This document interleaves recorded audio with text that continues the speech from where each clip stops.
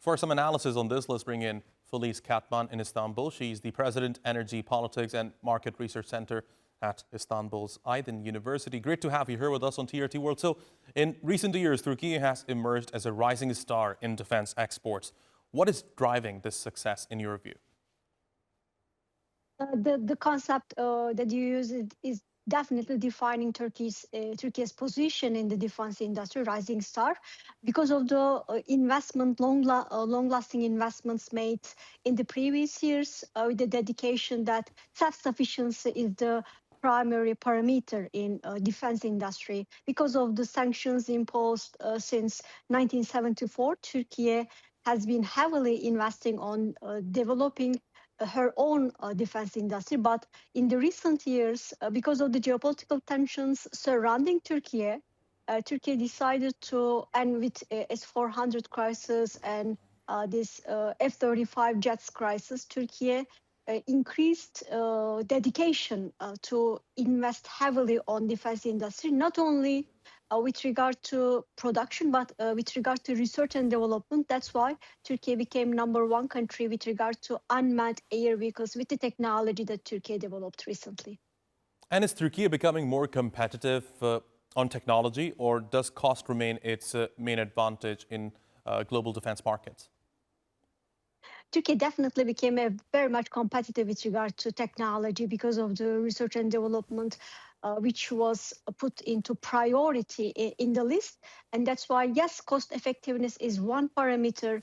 But when we look at the countries who would like to buy high technology products, they mostly face with the sanctions or limitations that Turkey experienced in the past. That's why Turkey tries to broaden her horizon with regard to investing on technology in order to help the countries who face similar problems like Turkey did. And Turkey does this with both of the items that you have mentioned, cost effectiveness and also high-tech technology development. Now, for these are big-ticket deals like Khan and Hürjet, are they one-off wins or the start of a sustained export pipeline?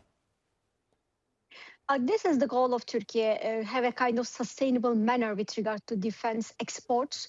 And that's why Turkey gradually invests on other aspects of the defense industry. This is a kind of combination of land forces, naval forces and air forces. That's why Turkey follows a very much sustainable perspective in order to be a kind of a key actor in defense industry in the world. And, as we just highlighted, Turkey's Trade Minister Omar Bolat was in London for high-level talks as sides eye on $40 billion trade target. Can defense and aviation play a bigger role in Turkey-UK trade? It is primarily right after Brexit.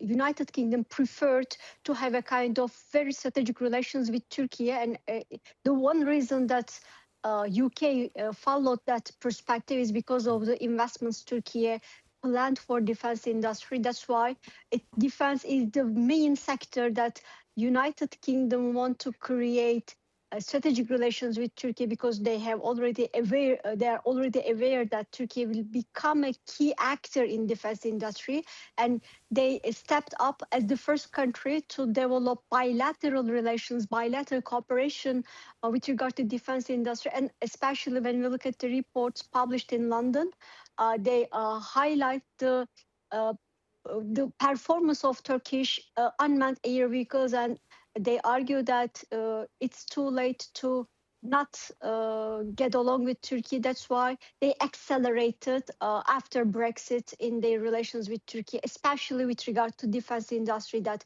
Turkey heavily focused on with regard to independence and with regard to sanctions posed on Turkey.